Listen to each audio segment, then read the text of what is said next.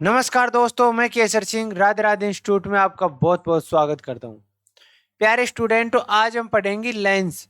आखिर लेंस कितने प्रकार के होते हैं और इनका किस किस में उपयोग किया जाता है।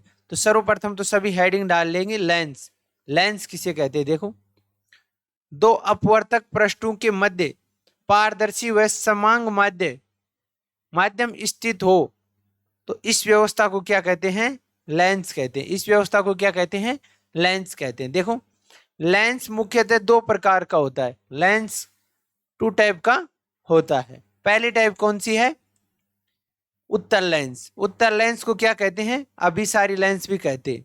उत्तल लेंस को अभिसारी लेंस भी कहते हैं। इसकी डेफिनेशन क्या होगी? देखो, ऐसा लेंस जो किनारों पर तो पतला हो, किनारों पर तो क्या हो? पतला हो, तथा बीच में मोटा हो, इस प्रकार के लेंस को क्या कहते हैं? उत्तल लेंस कहते हैं। ठीक है, ये समझ में आया? ओके। इसके बाद देखो, किनारों में तो ये पतला है ये, और बीच में से क्या है? मोटा है, तो इसको क्या कहेंगे? उत्तल लेंस कहते हैं। टाइप दूसरी क्या आती है? अवतल अवतल लेंस। अवतल लेंस को अभिसारी अपसारी अपसारी लेंस भी कहते हैं। इसकी डेफिनेशन क्या होगी? देखो भाई, ऐसा लेंस जो किनारों पर तो मोटा होता है तथा बीच में पतला होता है, उसे क्या कहते हैं? उसे क्या कहते हैं? अवतल लेंस कहते हैं। उसे क्या कहते हैं? अवतल लेंस कहते हैं। देखो, इसका डायग्राम से समझेंगे। ये बीच में से यहां से तो पतला है, देखो ये यहां से तो पतला है, ठीक है, और ये किनारों पर क्या है? मोटा है। किनारों पर क्या है? मोटा है। उसे क्या कहते हैं? अवतल लेंस कहते हैं। इसके बाद देखो, लेंस के जिस पृष्ठ से प्रकाश किरण प्रवेश करती है उसका वह लेंस का प्रथम अपवर्तक पृष्ठ होता है, और जिस पृष्ठ से बाहर निकलती है वह लेंस का क्या होता है? द्वितीयक अपवर्तक पृष्ठ होता है। ठीक है, यहां तक समझ में आया कि जहां से किरण प्रवेश करेगी उसको तो क्या कहते हैं? अपवर्तक पृष्ठ। ठीक है, और जहां से बाहर निकलती है उसे उसे क्या कहते हैं? लेंस की द्वितीय अपवर्तक पृष्ठ। ठीक है भाई, यहां तक समझ में आया? ओके। इसके बाद देखो भाई, मुख्य अक्ष। देखो, मुख्य अक्ष के समांतर आने वाली किरण लेंस के लेंस के जिस फोकस से लेंस के जिस फोकस से गुजरती है या गुजरती हुई प्रतीत होती है, वह लेंस का प्रथम मुख्य फोकस होता है। यानी कि जब मुख्य अक्ष के समांतर कोई किरण आएगी लेंस की, तो या तो वो फोकस से गुजरेगी और या हमें फोकस से गुजरती हुई प्रतीत होगी, यानी एहसास होगी, तो वह लेंस का मुख्य फोकस होता है। यहां तक आगे समझ में? ठीक है भाई। इसके बाद देखो, एक मोस्ट टॉपिक है, एग्जाम में आता है, बहुत बार आ चुका है, आ सकता है, तो इसको ध्यान से हेडिंग डालेंगे। पतले गोलीय लेंस द्वारा प्रकाश का अपवर्तन। पतले गोलीय लेंस द्वारा प्रकाश का अपवर्तन, तो इसको डायग्राम को एक बार समझेंगे। ये हमारे पास एक पतला लेंस है, ठीक है भैया, ये हो गया पतला लेंस। अब यहां से देखो, ये कोई बिंब है ओ दूरी पर क्या है? कोई बिंब है, तो ये यहां से किरण निकलेगी और इसे बिंब प्रतिबिंब बनाएगी आई डैश पे,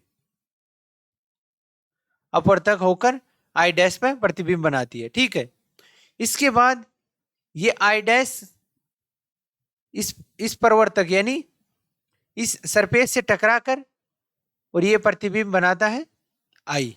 ये प्रतिबिंब कौन सा बनाता है? आई। ठीक है, वक्रता केंद्र को मिलाएंगे तो देखो, वक्रता आसानी से मिलाएंगे तो इसे, ये हो गया C2 दूसरे वक्रता केंद्र, और ये हो गया पहले लेंस के लिए वक्रता केंद्र क्या आ जाएगा? C1। ठीक है भाई, ये कोई P पॉइंट है इन दोनों के बीच का। ठीक है, अब इसके ये है लेंस M1 M2। ठीक है, यहां तक कोई दिक्कत? कोई दिक्कत नहीं है। इसका यहाँ से प्रतिबिंब की दूरी क्या होगी, v होगी, इधर तो I की, और इधर बिंब की दूरी होगी तो देखो उसे u, ये बिंब की दूरी होगी, और इधर लेंगे तो प्रतिबिंब की v डैश इधर हो गई। ठीक है, इसके बाद देखो R1 ये हो गई वक्रता केंद्र। ठीक है, उसकी त्रिज्या, वक्रता केंद्र की त्रिज्या, ये यहां से दूरी वक्रता केंद्र 2 की त्रिज्या। ठीक है, यहां तक समझ में आ गया? ओके। इसके बाद इसकी थ्योरी देखो एक बार। माना एक उत्तल लेंस M1 M2 है, माना कि एक उत्तल लेंस M1 M2 है, जिसके वक्रता केंद्र C1 व C2 है। इसके वक्रता केंद्र कौन कौन से हैं? C1 व C2 हैं। आगे देखो, लेंस की मुख्य अक्ष पर स्थित बिंदु O पर वस्तु स्थित है, यानी कि लेंस की मुख्य अक्ष पर स्थित वस्तु बिंदु O पर वस्तु स्थित है, जिसका प्रथम अपवर्तक पृष्ठ, जिसका प्रथम अपवर्तक पृष्ठ क्या होगा? M1 P1 M2 होगा। ठीक है, इसके लिए बिंब I डैश पर बनता है, यानी इसका जो प्रतिबिंब बनेगा वो क्या कहां पर बनेगा? I डैश पर बनेगा। इसके बाद देखो, प्रतिबिंब I डैश, यानी प्रतिबिंब I डैश द्वितीयक अपवर्तक पृष्ठ, द्वितीयक अपवर्तक पृष्ठ कौन सी है? M1 P2 M2 के लिए बिंब का कार्य कर रहा है, यानी द्वितीयक पृष्ठ के लिए यह किसका कार्य कर रहा है? बिंब का कार्य कर रहा है। अतः बिंब I डैश का अपवर्तक पृष्ठ M1 P2 M2 M1 P2 M2 द्वारा प्रतिबिंब I पर बनता है, यानी कहां बनता है? I पर बनता है। इसलिए संपूर्ण उत्तल लेंस, संपूर्ण उत्तल लेंस के लिए वस्तु O का प्रतिबिंब I पर प्राप्त होता है। O का प्रतिबिंब कहां प्राप्त होगा? I पर प्राप्त होगा। ये थोड़ा डायग्राम में भाई आप समझते चले, मैं स्लाइड से ऊपर चला गया है तो आप इसको डायग्राम से एज इट इज समझते चले। ठीक है, यह उत्तल लेंस वायु में स्थित है, यह उत्तल लेंस वायु में स्थित है। अतः लेंस व वायु का अपवर्तनांक, इसका तो म्यू है और इसका 1 है। इसका किसका है? लेंस का अपवर्तनांक कितना है? यहां पर म्यू है, तथा वायु का अपवर्तनांक 1 है। तो देखो, प्रथम अपवर्तनांक पृष्ठ M1 P1 M2 के लिए, प्रथम अपवर्तनांक पृष्ठ M1 P1 M2 के लिए लेंगे तो प्रथम के लिए अपवर्तनांक μ1 का वैल्यू 1 आ जाएगी, और μ2 की वैल्यू म्यू, और म्यू की वैल्यू म्यू होगी इसमें अपवर्तनांक। इसके बाद में v बराबर v डैश तथा r बराबर वक्रता त्रिज्या कितनी होगी? R1 होगी। ठीक है, तो इसमें लेंस सूत्र में इसकी वैल्यू रखेंगे तो रखने पर इक्वेशन 1 आ जाएगी अपवर्तक पृष्ठ के सूत्र से। देखो, इसी प्रकार द्वितीयक अपवर्तक पृष्ठ से M1 P2 M2 के लिए μ1 बराबर म्यू और μ2 बराबर 1, यहां पर म्यू बराबर v डैश लेंगे और v बराबर v, r बराबर R2। ये स्थिति लेने के बाद अपवर्तक पृष्ठ के सूत्र से इसकी वैल्यू रखने के बाद देखो, वैल्यू रखने के बाद इक्वेशन 2 प्राप्त हो जाएगी हमें। इसके बाद इक्वेशन 2 1 व 2 को जोड़ने पर, दोनों को जोड़ेंगे तो देखो 1/v माइनस 1/म्यू, mu minus 1, 1/R1 minus 1/R2, equation हो गई 3 नंबर। ठीक है, इसके बाद देखो, यही लेंस का अपवर्तक सूत्र है, यही लेंस के अपवर्तक सूत्र को डिनोट कर रहा है, तो इसको स्टार दे देंगे, यह अपवर्तक सूत्र को डिनोट कर रहा है। ठीक है, यहां तक समझ में आया? ओके। अब देखो, यहां पर एक स्थिति लेंगे तो क्या कंडीशन होगी उसकी? यदि बिंब इनफाइनाइट पर स्थित हो, यदि बिंब इनफाइनाइट पर स्थित होगा तो उसका प्रतिबिंब मुख्य फोकस पर बनेगा। उसका प्रतिबिंब कहां बनेगा? मुख्य फोकस पर बनेगा। तो देखो, सूत्र में इसकी वैल्यू रखेंगे तो 1/f माइनस 1/इनफाइनाइट, जिसकी वैल्यू 0 के बराबर होती है। किसके बराबर होती है? 0 के बराबर होती है। बराबर mu minus one, 1/r1 minus 1/r2, as it is ऐसे कैसे लिख देंगे। ठीक है, इसको आगे सोल्व करेंगे तो देखो भाई इसकी वैल्यू तो 0 हो जाएगी, तो 1/f बराबर mu minus one, 1/r1 minus 1/r2। ठीक है, ये लेंस मेकर सूत्र आ चुका है, हमारा लेंस मेकर सूत्र प्राप्त हो चुका है। ठीक है, यहां तक कोई दिक्कत है क्या, पहले ये बताओ। कोई दिक्कत नहीं है, मोस्ट सूत्र है, इस यहां से न्यूमेरिकल भी आता है, तो इस सूत्र को याद रखेंगे, 1/f बराबर mu minus one, 1/r1 minus 1/r2। ठीक है, यहां तक समझ में आया, ओके। इसके बाद देखो समीकरण 3 व समीकरण 4 की तुलना करने, समीकरण 3 व समीकरण 4 की तुलना करेंगे तो 1/v माइनस 1/म्यू बराबर 1/f, यही लेंस सूत्र है, यही क्या है, लेंस सूत्र है। इसके बाद में हम देखो लेंस का आवर्धन, लेंस का आवर्धन फाइंड आउट करेंगे तो देखो इसके बराबर क्या होता है, प्रतिबिंब का आकार अपॉन बिंब का आकार, यानी कि लेंस का आवर्धन का सूत्र होता है प्रतिबिंब का आकार बटे बिंब का आकार। तो प्रतिबिंब का आकार हमने क्या मान रखा है, एच डैश, और बिंब का आकार एच, तो ये दोनों रखेंगे तो एच डैश की वैल्यू कितनी है वी, और एच की वैल्यू यू है। ठीक है, यहां तक कोई दिक्कत है, ठीक है, कोई दिक्कत नहीं है।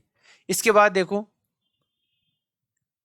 यहां पर 2 पॉइंट पढ़ेंगे। पहला पॉइंट क्या है, देखो यदि m का मान धनात्मक हो तो प्रतिबिंब हमेशा आभासी और सीधा होगा, यानी जब m की वैल्यू पॉजिटिव होगी तो प्रतिबिंब हमें हमेशा आभासी व सीधा प्राप्त होगा। ठीक है, इसके बाद देखो यदि m का मान नेगेटिव प्राप्त हो, यदि m का मान नेगेटिव प्राप्त हो तो प्रतिबिंब हमेशा वास्तविक व उल्टा प्राप्त होगा, हमेशा कैसा प्राप्त होगा, वास्तविक एंड उल्टा प्राप्त होगा।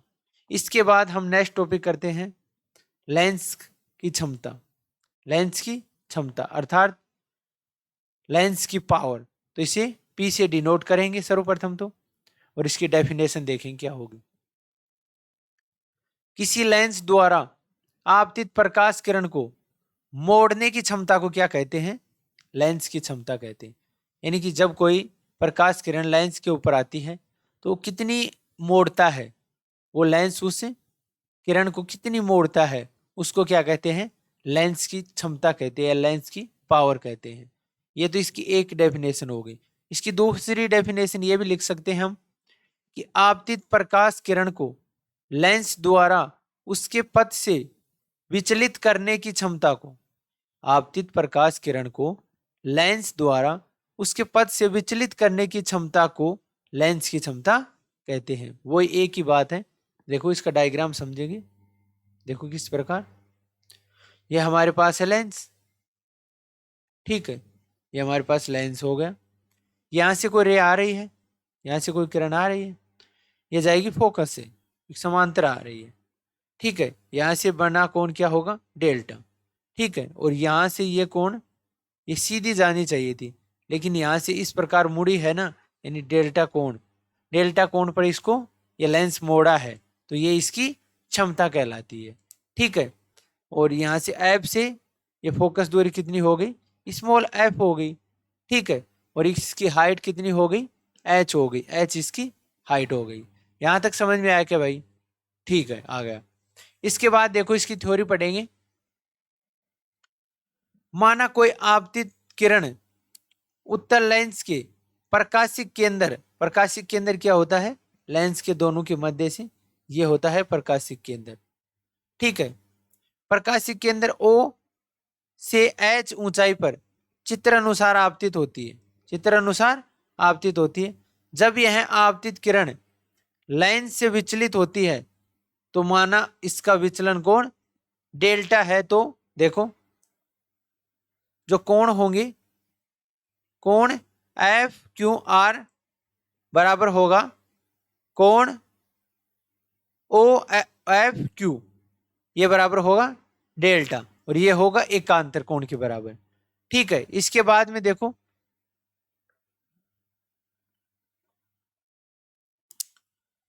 इसलिए समकोण त्रिभुज समकोण त्रिभुज ओ एफ क्यू में tan डेल बराबर लाल बटे कक्काश, इसको सोल्व करेंगे तो देखो किस प्रकार प्राप्त होगा। लंब अपॉन आधार, तो लंब क्या है यहाँ पर ओ क्यू और आधार क्या है ओ एफ। ठीक है, अलग कोण के लिए लेंगे तो अलग कोण के लिए लेंगे तो tan डेल्टा बराबर डेल्टा लेंगे। ठीक है, तो इसके बराबर tan डेल्टा के बराबर डेल्टा रखने पर, tan डेल्टा के बराबर इसका वैल्यू रखने पर h अपॉन एफ आ गया। यदि h की वैल्यू यहाँ पर 1 मीटर हो, देखो स्पेशल कंडीशन लेंगे। स्पेशल कंडीशन क्या होगी, यदि h बराबर हाइट बराबर 1 मीटर हो तो डेल्टा बराबर पावर बराबर 1 इन फोकस की व्युत्क्रम प्राप्त होती है। इसका कहने का मतलब ये है। ठीक है, ये होगी लेंस की क्षमता हो गई। आगे देखिए, अर्थात किसी लेंस की फोकस दूरी का व्युत्क्रम उस लेंस की क्षमता को डिनोट करता है। ठीक है, यहां तक समझ में आया भाई? ओके। इसके बाद देखो, लेंस की क्षमता एक विमाहीन राशि है, इसकी कोई विमा नहीं होती है। इसके बाद लेंस की क्षमता का मात्रक डायोप्टर, जिसे डी से डिनोट करते हैं, या मीटर इनवर्स, इसकी क्या होती है मात्रक होता है। ठीक है, यहां तक समझ में आ गया। अब इसके बाद में नेक्स्ट टॉपिक लेंगे। देखो, अब देखो दोस्तों, नेक्स्ट टॉपिक करते हैं पतले लेंसों के संयोजन की फोकस दूरी। पतले लेंसों के संयोजन की फोकस दूरी, तो ये क्या होगी देखिए।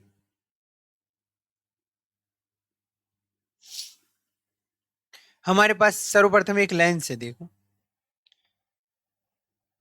ये हमारे पास एक लेंस है, ये है दूसरा लेंस।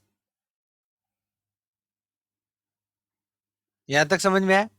एक तो ये लेंस है, ये है F1, ये है F2। ठीक है, अब यहां पर यह कोई अपवर्तक पृष्ठ है, यहां पर कोई बिंब रखा हुआ है O। यहां पर क्या रखा हुआ है, कोई बिंब रखा हुआ है O। ठीक है, तो यहां से रे निकलेगी, कोई किरण आ रही है, ये इसको अपवर्तक होते हुए यहां तक आई डैश पर प्रतिबिंब बनेगा।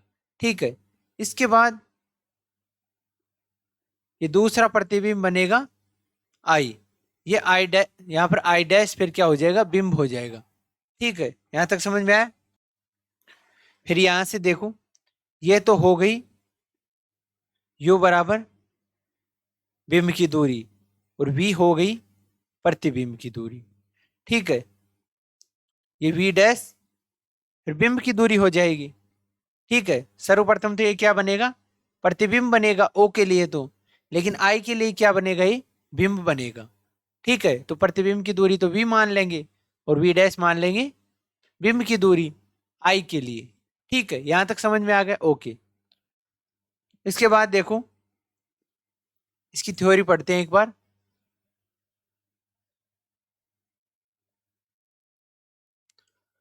देखो, अभी पढ़ लेते हैं, 1 मिनट आराम से। माना दो लेंस, एक लेंस L1 है, दूसरा लेंस है L2, जिनकी फोकस दूरी क्रम से पहले लेंस की फोकस दूरी है F1 और दूसरे लेंस की फोकस दूरी है F2। अब इसके बाद दोनों लेंसों के संयोजन के सामने बिंदु O पर स्थित बिंब का प्रतिबिंब लेंस L1 के लिए तो I डैश हो जाएगा पर प्राप्त होता है। यह प्रतिबिंब लेंस L2 के लिए बिंब का कार्य करता है। यह L2 के लिए क्या करता है, बिंब का कार्य करता है, जिसका प्रतिबिंब I पर प्राप्त होता है। सर्वप्रथम O तो हमारे पास बिंब है, तो इसका प्रतिबिंब बनेगा I डैश। अब दूसरे लेंस के लिए यह बिंब का कार्य करेगा, तो उसका प्रतिबिंब I पर प्राप्त होगा। ठीक है, यहां तक समझ में आ गया? ओके। अब देखो, लेंस उत्तर से L1 के लिए इसकी वैल्यू रखेंगे तो V डैश U और F1 इक्वेशन फर्स्ट। इसी प्रकार लेंस L2 के लिए इसकी तमाम वैल्यू लिखेंगे तो क्या लिखेंगे देखो, 1/v माइनस 1/v1 बराबर 1/f2, इक्वेशन 2 दे देंगे इसे। ठीक है, अब देखो समीकरण 1 व समीकरण 2 को जोड़ने पर, समीकरण 1 व समीकरण देखो इक्वेशन 1 प्लस इक्वेशन 2, इक्वेशन 1 और 2 को जोड़ेंगे तो देखो 1 माइनस वी 1/u बराबर 1/f प्लस 1/f2, यहां तक ओके। तो देखो इसको और सिंप्लीफाई करेंगे तो यदि लेंसों के संयोजन की फोकस दूरी यानी 1/f1 प्लस 1/f2 बराबर 1/f मान ले, यानी कि फोकस दूरी f मान ले, तो लेंस सूत्र से 1/v माइनस 1/u बराबर 1/f, इसे इक्वेशन दे देंगे 4। ठीक है, इसके बाद इक्वेशन 3 व इक्वेशन 4 की तुलना करने पर इक्वेशन नंबर 3 व इक्वेशन नंबर 4 की जब हम कंपेयर करेंगे तो हमारे पास प्राप्त होगा 1/f बराबर 1/f1 प्लस 1/f2। ठीक है, ये यानी लेंसों के संयोजन की फोकस दूरी को डिनोट कर रहा है। ठीक है, ये फॉर्मूला आ जाएगा हमारे पास। इसके बाद देखो हम जानते हैं लेंस की क्षमता बराबर क्या होती है, फोकस दूरी के व्युत्क्रम। ठीक है, तो 1/f1 की जगह P1 लिख देंगे और 1/f2 की जगह P2 लिख देंगे, तो ये आ जाएगी क्षमता बराबर P बराबर P1 प्लस P2। ठीक है, यहां तक कोई दिक्कत? ठीक है, कोई दिक्कत नहीं। इसके बाद देखो अर्थात संयोजन में लेंस की क्षमता अलग अलग लेंसों की क्षमताओं के बीच गणितीय योग के बराबर होती है। अर्थात P बराबर यानी लेंस की क्षमता दो अलग अलग, एक लेंस की क्षमता P1 है, दूसरे लेंस की क्षमता P2 है, दोनों के बीच गणितीय योग के बराबर होती है। अर्थात P बराबर P1 प्लस P2। ठीक है, यहां तक समझ में आ गया? ओके।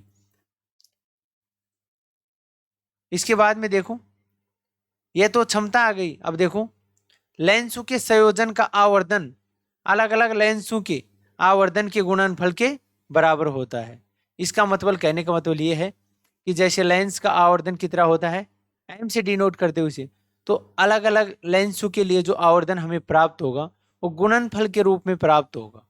ठीक है, तो यदि f बराबर हमें प्राप्त होगा m1, जैसे देखो मैं यहाँ पर समझा देता हूँ आपको, m1 क्रॉस m2।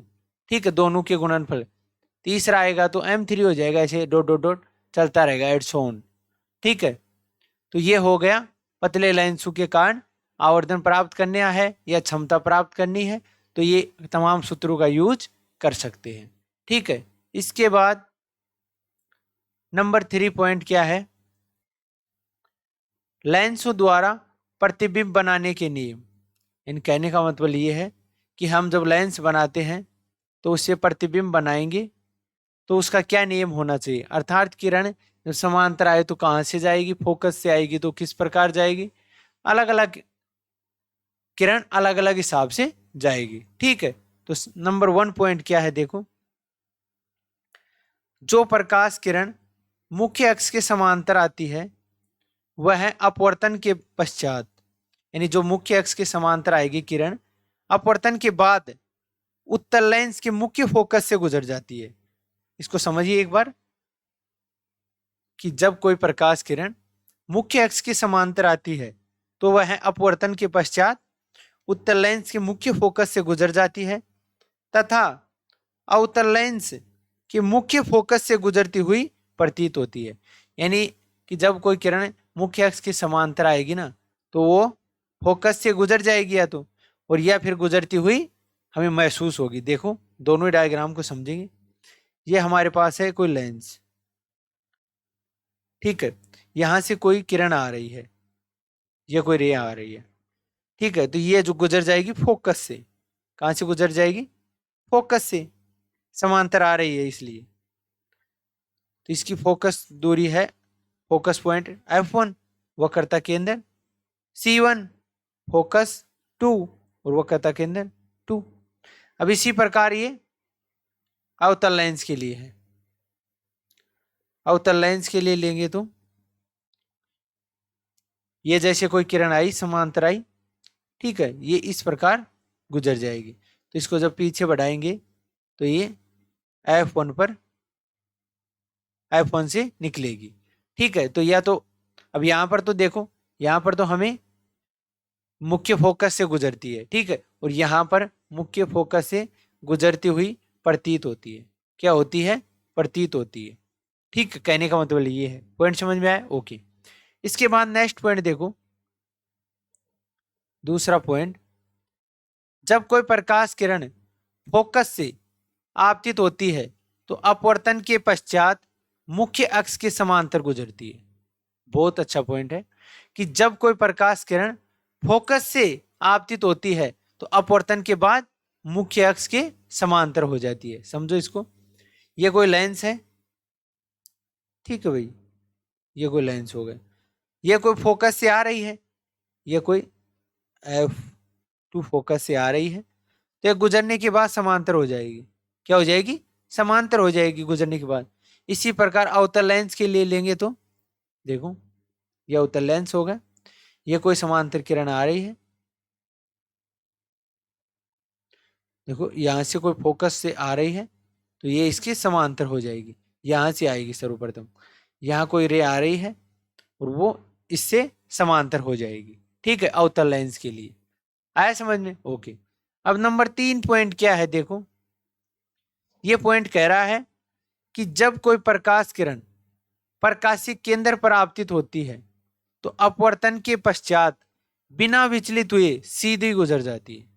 बहुत ही अच्छा पॉइंट है समझने का कि जब कोई प्रकाश किरण प्रकाशीय केंद्र पर आपतित होती है तो अपवर्तन के पश्चात बिना विचलित हुए, यानी कि डिस्ट्रैक्शन बिना हुए सीधी गुजर जाती है।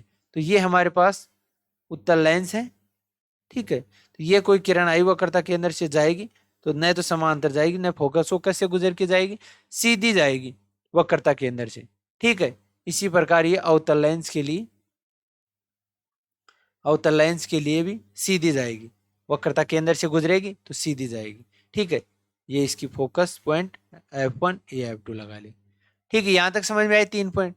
इसके बाद में देखो, ये पॉइंटों को ध्यान में रखेंगे हम, क्योंकि आगे प्रतिबिंब बनाएंगे ना, तब इन पॉइंटों की आवश्यकता हमें पड़ेगी।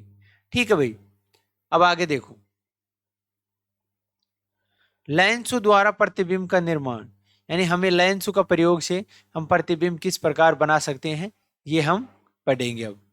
तो पहला है उत्तल लेंस के लिए प्रतिबिंब किस प्रकार बनाएंगे देखो, तो किस प्रकार देखो अभी करते हैं। तो इसमें सर्वप्रथम तो 3 खाने बनाएंगी। पहला कौन सा लेंगे?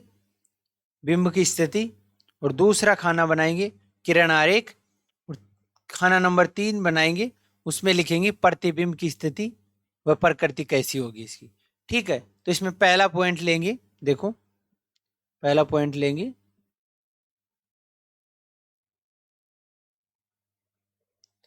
पहला पॉइंट, जब बिंब इनफाइनाइट पर स्थित हो, जब बिंब इनफाइनाइट पर स्थित हो तो उसके लिए क्या होगा देखो, इनफाइनाइट से आई किरण, फोकस से गुजर गई, ये भी इनफाइनाइट से आई, फोकस से गुजर गई। ठीक है, तो इसमें प्रतिबिंब की स्थिति और प्रकृति क्या होगी देखो भाई, प्रतिबिंब मुख्य फोकस पर स्थित होगा। प्रतिबिंब कहाँ होगा? मुख्य फोकस पर स्थित होगा, वास्तविक होगा, इसके बाद में वास्तविक होगा, उल्टा होगा तथा बहुत छोटा होगा। हम बिंब लेंगे उससे बहुत ज्यादा छोटा होगा, ये इसकी प्रकृति होगी। नंबर 2 क्या है देखो, नंबर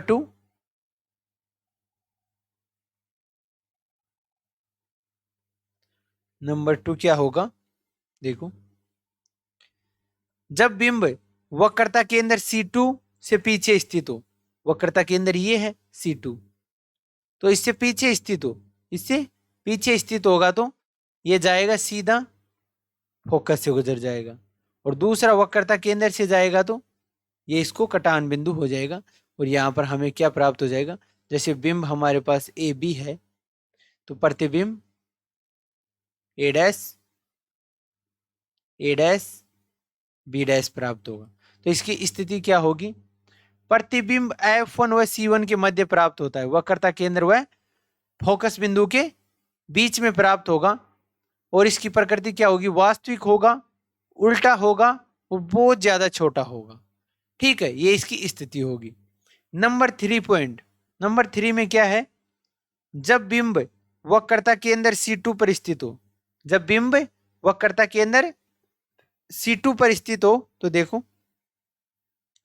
वक्रता के अंदर C2 पर स्थित है, यहां से समांतर गया, ये फोकस से गुजर जाएगा। ठीक है, इसके बाद सेंटर से गया वक्रता के अंदर, तो यहां से यहां कटान बिंदु हो जाएगा। तो इसकी प्रकृति यानी C2 पर रखेंगे तो वक्रता के अंदर C1 पर ये प्रतिबिंब प्राप्त हो जाएगा। ठीक है, इसकी प्रकृति क्या होगी, देखो भाई, प्रतिबिंब वक्रता के अंदर C1 पर स्थित होगा, प्रकृति होगी वास्तविक, उल्टा व समान होगा। ठीक है, जितने का C2 पर रहता है ना इसकी हाइट, उतनी ही C1 पर रहेगी, यानी समान होगा। ठीक है, नंबर 4 क्या होगा, देखो, जब बिंब वक्रता के अंदर C2 व फोकस F2 के बीच मध्य स्थित हो, जब बिंब वक्रता के अंदर C2 व फोकस F2 के मध्य स्थित हो, तब इसकी क्या होगी प्रकृति, देखिए, ये वक्रता के अंदर C2 है, ये फोकस पॉइंट F2 है। ठीक है, तो ये है बिंब हमारे पास, तो ये सीधा जाएगा समांतर और ये सीधा फोकस से गुजर जाएगा, और ये वक्रता के अंदर से सेंटर से जाएगा और यहां पर मिल जाएगा। इसका कहने का मतलब ये है कि प्रतिबिंब मिलेगा हमें C1 से बाहर। ठीक है, पीछे मिलेगा इससे, तो ये होगा जैसे A B, और ये मिलेगा A डैश B डैश। ठीक है, तो ये देखो, प्रतिबिंब वक्रता के अंदर C1 के पीछे लेंस से दूर बनेगा, वास्तविक होगा, उल्टा होगा वह बड़ा बनेगा। ठीक है, तीनों बात ध्यान रखनी है, प्रतिबिंब C1 से पीछे बनेगा, वास्तविक होगा, उल्टा होगा और बड़ा बनेगा। 4 नंबर हो गए। इसके बाद पॉइंट नंबर 5 क्या होगा, जब बिंब फोकस F2 पर स्थित हो, यानी दूसरे लेंस की फोकस पर स्थित हो, तो देखो किस प्रकार जाएगा, ये फोकस पर हो गया तो ये फोकस से गुजरेगा। ठीक है, और दूसरा सेंटर से जाएगा इसकी, तो ये समांतर जाएगा। तो इसकी प्रकृति क्या होगी, देखो, प्रतिबिंब दूसरी ओर अनंत पर बनेगा, दूसरी ओर किस पर बनेगा, अनंत पर बनेगा, वास्तविक होगा, उल्टा होगा और बहुत ज्यादा बड़ा होगा। क्या होगा, बहुत ज्यादा बड़ा होगा। ठीक है, 5 नंबर पॉइंट हो गए। पॉइंट नंबर 6, पॉइंट नंबर 6 क्या है, जब बिंब F1 व O के मध्य स्थित हो, जब ये तो बीच का पॉइंट है। ठीक है, O और F1 के मध्य स्थित होगा, तो देखो यहां से रे गई, सीधी गई, और इसके बाद में ये समांतर गई और ये गई सीधी फोकस से। ठीक है, अब यहां पर कोई प्रतिबिंब नहीं बन रहा, लेकिन इन दोनों को यदि हम मिला दे पीछे, इन दोनों को यदि हम पीछे मिला दें तो हमें प्रतिबिंब मिल जाएगा। तो ये किसके मध्य मिलेगा, F2 और C2 के मध्य बनेगा प्रतिबिंब। ठीक है, देखो, प्रतिबिंब लेंस के उसी ओर बनता है। ठीक है, जिस ओर हम प्रतिबिंब रखते हैं। इसके बाद कैसा होगा, आभासी होगा, सीधा होगा वह बड़ा होगा। कैसा होगा, आभासी होगा, सीधा वह बड़ा होगा। यह हो गई उत्तल लेंस के लिए प्रतिबिंब। अब इसके बाद में दूसरा नंबर, अवतल लेंस के लिए, अवतल लेंस के लिए प्रतिबिंब किस प्रकार बनेगी, देखो, सर्वप्रथम बिंब की स्थिति पहले खाने में, दूसरे खाने में किरण आरेख, और तीसरे खाने में प्रतिबिंब की स्थिति वह उसकी नेचर कैसी होगी। ठीक है, यहां तक हो गया। देखो, जब बिंब इनफाइनाइट पर स्थित हो, जब बिंब इनफाइनाइट पर स्थित हो, तो देखो यहां से रे आई और इस प्रकार चली गई, यहां से समांतर आई और इस प्रकार चली गई। यदि इन दोनों को पीछे मिलाएं, थोड़ा इनको पीछे मिलाएं, तो ये प्रतिबिंब कहां प्राप्त होता है, F1 पर प्राप्त होता है, और ये हमारे पास है अवतल लेंस। ठीक है, तो इसकी नेचर क्या होगी, प्रतिबिंब मुख्य फोकस F1 पर बनेगा। कहां बनेगा, F1 पर बनेगा, आभासी होगा, सीधा होगा और बहुत ज्यादा छोटा होगा। ठीक है, ये अवतल लेंस के जब बिंब की स्थिति इनफाइनाइट पर हो। तो हमारे पास नेचर इस प्रकार होगी। ठीक है, इसके बाद देखो नंबर सेकंड क्या है, जब बिंब अवतल लेंस के सामने स्थित हो। जब बिंब अवतल लेंस के सामने स्थित होगा तो क्या क्या कंडीशन होगी, ये हो गया। अब यहां से समांतर जाएगी और यहां से निकल जाएगी और इसके बाद वो सेंटर से जाएगी, सीधा सीधी निकल जाएगी। ठीक है, इसको थोड़ा पीछे मिलाएंगे तो यहां पर प्राप्त होगी हमें प्रतिबिंब। तो इसकी नेचर क्या होगी देखिए, अवतल लेंस के उसी ओर F1 व O के मध्य बनेगा। F1 व O के मध्य तो क्या बनेगा, प्रतिबिंब बनेगा। आभासी होगा और सीधा होगा, आभासी होगा, सीधा होगा और छोटा होगा। क्या होगा, छोटा होगा। ये अवतल लेंस के लिए हमने दो लेंस यानी दो, एक तो बिंब रखने के और दूसरा इनफाइनाइट पर रखेंगे यदि बिंब। ठीक है, तो ये दो कंडीशन प्राप्त हो गई। इसके बाद में नेक्स्ट टॉपिक आता है प्रिज्म। तो प्रिज्म क्या होता है देखिए, सभी हेडिंग डाल लेंगे। सर्वप्रथम प्रिज्म क्या होता है, बहुत ही इंपॉर्टेंट है और एग्जाम में आता है, तो थोड़ा ध्यान से पढ़ेंगे आखिर प्रिज्म क्या होता है। तो देखो सर्वप्रथम प्रिज्म की डेफिनेशन देखते क्या होती है। जब किसी पारदर्शी एवं समांग माध्यम को तीन आयताकार अपवर्तक पृष्ठ व दो त्रिभुजाकार अपवर्तक पृष्ठों के मध्य रखा जाता है, तो इस प्रकार व्यवस्था को क्या कहते हैं, प्रिज्म कहते हैं। क्या कहते हैं, प्रिज्म कहते हैं। तो सर्वप्रथम देखिए, एक तो पृष्ठ है ए बी, इसको मैं अच्छी तरह दर्शा देता हूं। दूसरी है ए सी, दूसरी कौन सी पृष्ठ है, ए सी। और एक पृष्ठ है बी सी। कौन सी पृष्ठ, ये तो ए, ये हो गई बी, ये हो गई सी। ठीक है, तीन पृष्ठ है। तो इसके बाद में कोई रे आई पी क्यू, ये गई क्यू आर, इस प्रकार। फिर उसके बाद में इस प्रकार निकल गई प्रिज्म में। ठीक है, तो यहां से आपतन कोण कितना है, देखो इसको, आपतन कोण यहां है I1 और यहां पर अपवर्तन कोण क्या है R1 और यहां आपतन कोण है I2। ठीक है, और इसके बाद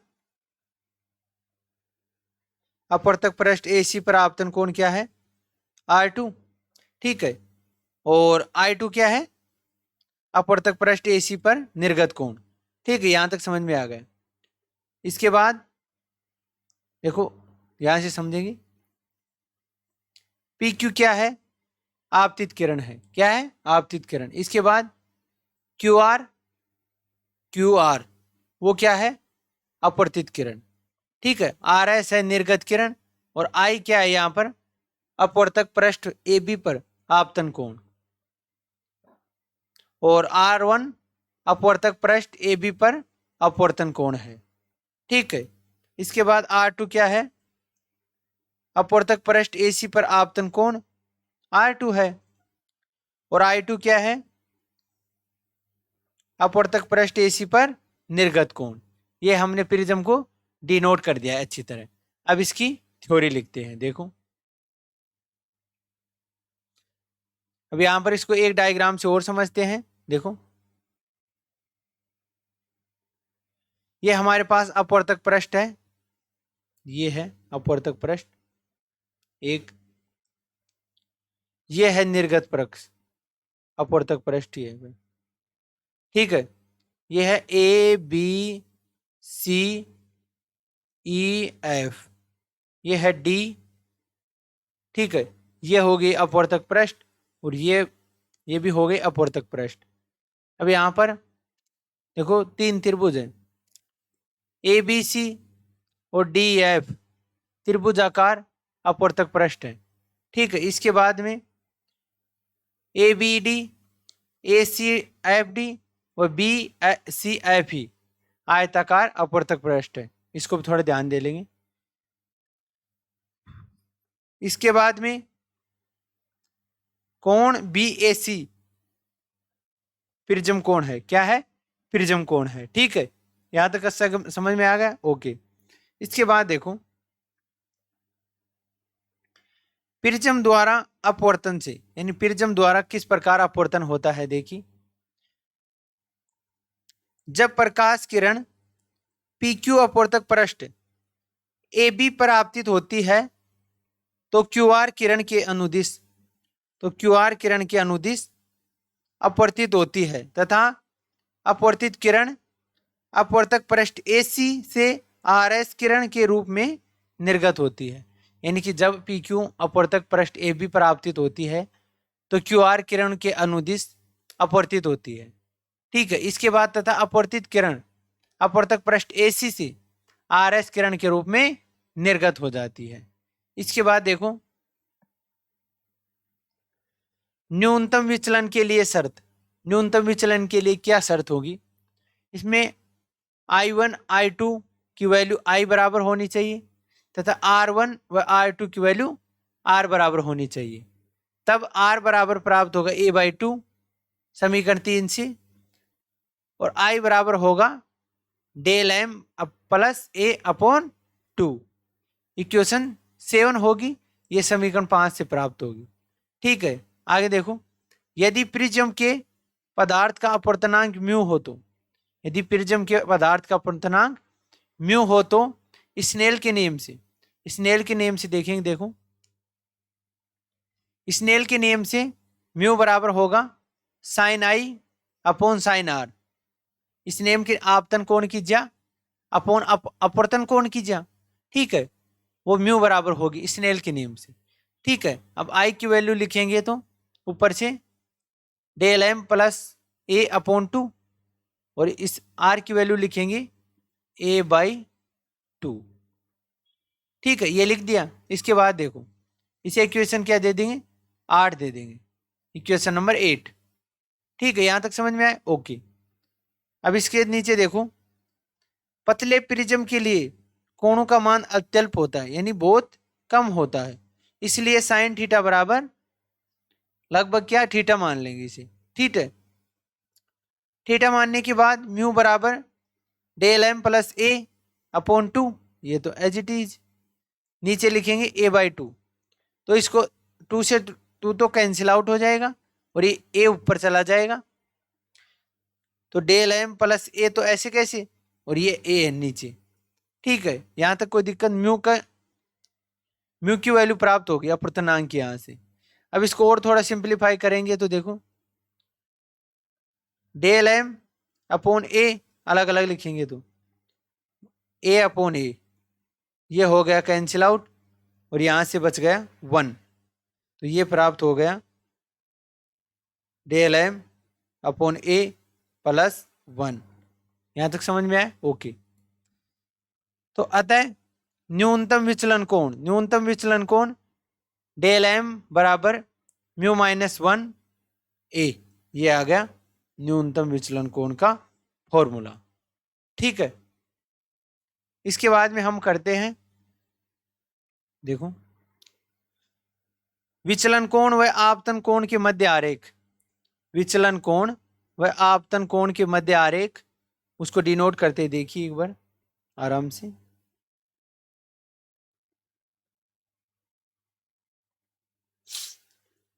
ये हमारे पास विचलन कोण है डेल, ये डेल हमारे पास विचलन कोण है, और ये है आपतन कोण I। ठीक है, तो इसकी वैल्यू लेंगे तो विचलन कोण की वैल्यू डेल M मैक्सिमम कब प्राप्त होगा, यानी कि ये डेल M की वैल्यू I1 बराबर I2 की वैल्यू जब दोनों बराबर होंगी तो ये डेल M प्राप्त होगा। ठीक है, तो विचलन कोण का मान पदार्थ के अपवर्तनांक व प्रिज्म कोण के पर निर्भर करता है। ये इसकी बात ध्यान रखेंगे कि विचलन कोण का मान पदार्थ के अपवर्तनांक व प्रिज्म कोण पर निर्भर करता है। ठीक है, यहां तक समझ में आया? ओके। तो दोस्तों, आज हम इतना ही पढ़ेंगे, तो आज मैं एक बार समराइज कर देता हूं कि हमने आज क्या क्या पढ़ा है। देखो, सर्वप्रथम हमने पढ़ा है लेंस। सर्वप्रथम लेंस क्या होते हैं, इसके दो भाग होते हैं, पहला उत्तल लेंस और दूसरा अवतल लेंस। ठीक है, उसके बाद में हमने दूसरा टॉपिक किया है पतले गोलीय लेंस द्वारा प्रकाश का अपवर्तन। कौन सा? पतले लेंस द्वारा प्रकाश का अपवर्तन। ये लेंस मेकर सूत्र प्राप्त हो जाएगा हमें इसे। ठीक है, इसके बाद लेंस का आवर्धन जो हमने फाइंड आउट किया था, V/μ आया था। ठीक है, इसके बाद हमने किया था लेंस की क्षमता। लेंस की क्षमता यानी पावर, लेंस की पावर। उसके बाद में जो हमें प्राप्त हुई थी 1/f। ठीक है, इसके बाद में नेक्स्ट टॉपिक किया था हमने पतले लेंसों के संयोजन की फोकस दूरी। ठीक है, जो हमारे पास प्राप्त हुई थी 1/f बराबर 1/f1 प्लस 1/f2। ठीक है, उसके बाद क्षमता प्राप्त हुई थी P बराबर P1 प्लस P2। ठीक है, ये किया था हमने। उसके बाद में लेंसों द्वारा प्रतिबिंब बनाने के नियम 4 नंबर किया था हमने, यानी कि सर्वप्रथम उत्तल लेंस, उसके क्या नियम होते हैं। फिर उत्तल लेंस के लिए प्रतिबिंब बनाया और फिर अवतल लेंस के लिए प्रतिबिंब बनाया। ठीक है, दोनों के बाद में हमने पढ़ा 5वां पॉइंट प्रिज्म। प्रिज्म क्या होता है? प्रिज्म द्वारा अपवर्तन से उसका तमाम डेरिवेशन किया था। ठीक है, और उसके बाद में हमने किया था विचलन कोण व आपतन कोण के मध्य आरेख। तो आई होप आप सभी पॉइंटों को अच्छी तरह समझे होंगे, और अच्छा लगे तो लाइक करें, दोस्तों के साथ शेयर करें। हमारे साथ जुड़े रहने के लिए आपका प्रेम पूर्वक हर बार की तरह वापस आकर बहुत बहुत धन्यवाद। जय हिंद, जय भारत, वंदे मातरम।